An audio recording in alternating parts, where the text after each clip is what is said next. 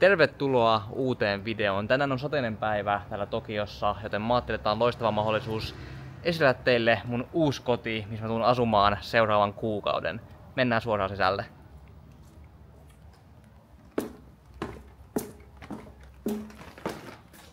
Ovikoilla pääsee sisään, en voi näyttää teille. Tässä on tää käytävä, tää on 3-kerroksinen. Ja mulla sattui huono arpaonni ja mun asunto on heti tässä käytävällä ykköskerroksessa 101. Tääkin on ovikoilla toimiva, mikä on tosi kätevä. Tästä ovi auki ja mä oon useasti jo täällä ollessa unohtanut lukita ton, kun mä lähden pois, mutta pikkuhiljaa alan oppimaan. Tää ei mene lukkoon millään muulla tavalla kuin vaan pitää lukita tää ite. Et toi jäi mulle ekana yönä muistaakseni auki yön ajaksi. Mutta onneksi Japani on sen verran turvallinen, niin ei ollut mitään hätää. Asunnon esittely. Tässä on eteinen, siinä on vähän roskia. Eteisestä suoraan keittiöön. Tässä on mun pikkukeittiö. Tää kaikki välineet oli täällä valmiiksi. Nää piti ostaa itse. Et on ollut paljon ostettavaa, ei vielä ehkä puuttuukin muutama asia. Mut tässä on keittiö, tässä mä kokkaan kaiken ruoan, mitä mä teen. Ihan niin kuin menevä, mun mielestä tosi hyvä. Tässä on jääkaappi. Siellä on vähän tyhjän näköiset oltavat tällä hetkellä. Sitten täällä on mun maustekaappi kautta ruokakaappi niin sanotusti. Vähän pastaa, erilaisia mausteita. Ja tässä on näitä chopstickkejä. Mä kaupasta etin kertakäyttöisiä haarukoita. Mutta siinä tajusin, että mehän ollaan Japanissa, niin täällä ei kyllä helposti niitä löydy. Niin mä otin sitten kertakäyttöisiä chopstickkejä. Se on niin kuin itse asiassa jopa parempi, koska oppii syömään niillä. Seuraavana meillä on tässä keittiössä yhä tää pesukone. Pesukoneeseen on ladannut jo pyykkejä valmiiksi. On pesukone kautta mun, miksi tämä nyt kutsutaan, pyykkikori kanssa. Tässä on myös mun vitamiinikaappi. Ei ole kauheasti vitamiineja, pyykinpesuainetta ja mikro. En oo kauhean mikromies. Mikropenis mulla on, mutta mikro ei tule käytettyä itse asiassa ollenkaan. Et pääosin kokkailen vaan tässä. Ainoa mikä tässä mun mielestä puuttuu olisi ehdottomasti uuni, mutta kaikkea ei voi saada. Ja tässä on mun välipalaa alla, sulta mä nappaan vähän välipalaa. Seuraavana meillä on vessa ihan keittiön vieressä. Tässä on myös ovi, mikä on mun mielestä hygienian kannalta tosi hyvä. Tässä saa valot päälle ja tää on mun mielestä mielenkiintoinen omalla tavallaan, että pystyy säätämään veden lämpötilaa, kuinka kylmää tai kuumaa vettä maksimissaan tulee suihkussa sekä tästä keittiön hanasta. Eli nyt kun siinä on 50, niin maksimilämpötila on 50 astetta, mutta sen saa kuumemmallekin, mutta ihan vaan turvallisuuden kannalta mun mielestä 50 astetta on se, missä se kannattaa pitää. Sitten täällä on vessanpönttö japanilaiseen tapaan. Tää vessanpönttö on lämmitetty, ihan sikamukava. Tässä on myös pepunpesto ja kaikki nämä jutut toimii moitteettomasti. Ne nyt ei mene päälle, kun mä en istu siinä, mikä on ihan hyvä bonus. Ja kun tää vessanpöntön vetää, niin tosta hanasta tulee vettä ja pystyy pestä kädet, mutta mulla ei oikein ole tässä mitään tasannetta, mihin saisi sen saippuan, niin mä vaan pesen kädet tuossa keittiössä. Sen sijaan täällä on vähän mun kamat levällään, pitää vielä asetella, mutta siellä on mun tavaroita iltatoimia varten ja hampaiden pesua varten niin päin pois. Sitten tässä on suihku, mun mielestä oikein niin kun näyttää ehkä pieneltä, mä voin näyttää teille miltä meikäläisen siellä näyttää. Mä laitan toi tohon, että kyllä tässä niin kun meikälle on tarpeeksi tilaa ihan hyvin. Tää on niinku tosi mukavasti. Palonkin oikein hyvin, ei oo mitään valittamista. Ja yksi, mistä yllätyin, oli, että ei ollut kylpyammetta, koska Japanissa kylpyamme on vähän niinku Suomessa sauna. Et se on niinku semmonen, että kaikilla melkein on semmonen, tai kaikki ainakin haluu semmosen, mutta tämmöisissä pienissä yksiöissä ei tietenkään mahu olla semmoista. Plus se nostaisi hintaa ihan törkeästi ja tää hinta on jo ihan tarpeeksi mun mielestä. Kylppärin jälkeen meillä on totta kai jäljellä vielä itse makuuhuone kautta olohuone. Mutta ennen sitä käydään heittämässä nämä roskat tuohon roskikseen, niin näette vähän. Tai mä kerron teille jonkun verran tästä roskissysteemistä, kun sekin oli ihan mielenkiintoinen. Tuossa on mun pullojen keräys, osa ne pullot pitää kirjoittaa erikseen. Tästä ovi auki ja pihalle. Tää tosiaan lukitaan sillä, että se vaan painattaa nappia tossa. Mutta kun mä käyn tuossa ulkopuolella vaan nopeasti, niin mä en edes lukitse sitä. Tässä näette kokonaisuudessaan tän asunnon tosiaan. Onko siinä sittenkin 4 kerrosta? Taitaa olla, kun mun kerros on tosiaan tossa. Mä näen tosta niinku heti kadulle. Ja mä oon huomannut, että se on vähän ongelma siinä mielessä, että välillä kuuluu melua, mikä voi olla inhottavaa, mutta ei ole niinku häirinnyt ainakaan pahasti tähän mennessä. Ja tossa on toi roskis, niin kierrätys tapahtuu sillä lailla, että tiettyyn päivään viikosta tulee hakemaan tietyt tuotteet, eli joka maanantai aamu ja joka torstai aamu. Täällä onkin näköjään just niinku sekajäte käytännössä, se on niinku poltettavat roskat, mutta sekajäte se mun mielestä on niinku oikealla nimeltään suomeksi. Niin haetaan maanantaina sekä torstai-aamuna, mutta sitten taas pullot haetaan mun mielestä, oliko se kuun vikana tiistaina ja kuun tokana tiistaina. Sitten oli kans muitakin kierrätettäviä tuotteita, just pahvit taisi olla erikseen ja paperi taisi olla erikseen, milloin ne haetaan. Se oli aika monimutkaista alkuun, mutta kun mä luin sen useamman kerran läpi ja pikkuhiljaa niin ymmärsin, miten se oikeasti toimii, niin ei se oikeasti ole niin monimutkaista. Et kunhan vaan niin vie ne sekajätteet just maanantai-aamuna ja torstai-aamuna tai niin ennen maanantai-aamua ja torstai-aamuna, kunhan siinä välissä ei tavallaan ole minkään pullojen hakemista tai jotain, koska muuten ne sekajätteet menee sinne pullojen keräykseen ja se on niin tosi huono just kierrätyksen kannalta. Tässä on tää niin sanottu pääkatu, tää on oikeesti yllättävän vilkas. Totta kai kun sataa vettä, niin ei ole niin vilkas kuin normaalisti. Mutta tässä on noin 20-30 erilaista ravintolaa. Tässä on iso ruokakauppa, mihin me nyt on suuntaamassa, näytän teille vähän paikkoja. Tässä on niinku paljon erilaisia vaihtoehtoja, missä käydä syömässä, mistä käydä shoppailemassa. Niinku tosi hyvä paikka asuu mun mielestä. Eli tässä on noin 5 minuuttia menee Sangensajan asemalle. Ja sit Sangensajan asemasta menee 1 pysäkki Shibuyaan, mikä on niinku ihan niinku loistava sijainti. Japanilainen ruokakauppa ei nyt kauheasti eroa mitenkään suomalaista ruokakaupasta. Totta kai täällä on eri brändit, eri merkit, mitä on tullut syömään. Ja esimerkiksi joku juusto, niin Suomessa vaikka Polar, Oltermanni on niin peruskama, on aina saatavilla. Tosi monien ruokapöytään kuuluu juusto, mutta täällä kun mä etin juustoa, niin ei löydy hyvää juustoa. Pääosin semmosia suotejuustoja, mitkä on tosi prosessoituja. Ja ei vaan niinku tunnu siltä, että ne on täällä niin yleisiä kuin Suomessa. Mutta sitten taas vaikka kun merenelävät, niin täällä on paljon laajempi mereneläviä saatavilla. Ihan vaan tässä peruskaupassa, mitä Suomessa olisi saatavilla. Ja sitten taas kun miettii sokereita, tässä on just karkkihylly mun takana. Niin nämä sokerivalikoimatkaan on niin laajat, mitä Suomessa on. Ja jos ne on karkkeja, niin tässä on näitä karkkeja, niin näissä ei ole niin paljon sokeria, mitä suomalaisissa karkeissa on yleensä. Täällä löytyy kans aika hyvä paistopiste. En tiedä, onko tää niin sanottu paistopiste, mutta niin kuin leivonnaispiste enemmänkin.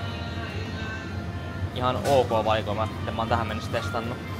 Sitten meillä on vielä totta kai makuuhuone, ja tässä tapauksessa myös olohuone.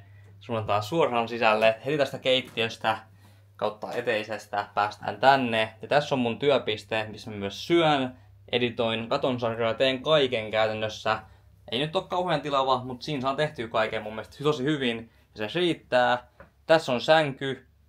Itse asiassa tosi mukava. Mä oon huomannut, että Japanissa hotelleissa on ollut sellaiset kovat sängyt, mutta tää on ollut niin kuin tosi pehmeä, mistä mä oon kiitollinen, koska jos olisi pitänyt kuukausi yöpyä kovassa sängyssä, se olisi voinut ehkä olla vähän niin kuin raffi jopa, voisi sanoa. Tässä on tämmönen, miksi tämä nyt kutsuisi, kaappi, missä on vaatekaappihan se on, niin siellä on mun vaatteita, boksereita, sukkia ja vähän niin kuin erilaisia tavaroita on laittanut sinne jo. Ja mä oon miettinyt, että kun telkkaria mä en käytä, niin mä todennäköisesti otan sen tosta pois ja tungen tonne sängyn alle ihan vaan, että saat enemmän tilaa, pöytätilaa tähän niin kuin saataville, kun se olisi tosi kätevä. Tässä on vähän matkalaukku, kamera, valmiina niin kuin kuvaussessioihin, niin päin pois. Tässä on ikkuna ja tää verhot on vähän huonot, koska aamuisin, jos haluaa nukkua tosi pitkään, niin on kyllä valosaa. On niin kuin oikeasti tosi valosaa, että sille ei vaan voi mitään, mutta semmoista se on. Tästä ikkunasta tosiaan, niin kuin näitte äsken, niin näkee suoraan tähän kadulle. Ja tossa on toi roskiskin niin kuin ihan niin kadun alapuolella jopa ollaan tällä hetkellä, mikä on ihan mielenkiintoista omalla tavallaan. Et optimaalinen tilannehan on saada yläkerrasta huone, kun on paremmat maisemat totta kai, mutta ei tää niinku haittaa, ja tässä ei ole hissiä, niin ehkä jos jopa enemmän haitaksi, että asuu 3. kuin että asuu 1. Sitten tässä on tämmönen, miksi sitä nyt kutsuis, mä käytän sitä ainakin vaatteiden kuivaamiseen, mutta en kyllä tiedä mihin sitä niinku pitäisi käyttää, mutta mä aloitan, että se on sitä varten. Ja vikana meillä on vielä vaatekaappi, siellä on mun takki vai, niin tuolla päällä on vähän roinaa, mitä mä löysin täältä hiusten kuivaa ja kaikkea tommoista, mitä mä en tarvii, niin tungin ne vaan niinku pois tieltä, mikä olisi niinku optimaalinen tilanne. Sitten mulla on vielä yllätyspaketti. Ja tää paketti oli täällä, kun mä saavuin tänne. Ja mä olin sellainen, no, mä säästän tätä videoa varten, mä kuvataan kuitenkin kohta puolin, niin katsotaan mitä täällä on. Täällä on joku tervetulias paketti ymmärtääkseni. Toivon, että täällä on jotain hyvää herkkuja. Ehkä enää ei oo herkkuja. Oho, täällä on... Mä ostin omat sienet. Täällä on sieniä, täällä on... Onks tää tiskinpesuainetta? On. Mä ostin omat. Sitten täällä on... Okei. tohvelit, nää on itse asiassa, nää tulee kyllä käyttää, meikä unboxaa noin heti. Taas. Sitten on Bath Cleaner. Onko tää niinku suihkun? Ja mun pestä suihku tällä. En osaa sanoa. Katsotaan mitä muuta täältä löytyy. Okei. Rättejä. Ostin myös itekin omat rätit. Olisi voinut avaa tää vaan heti. 3. rätti vielä.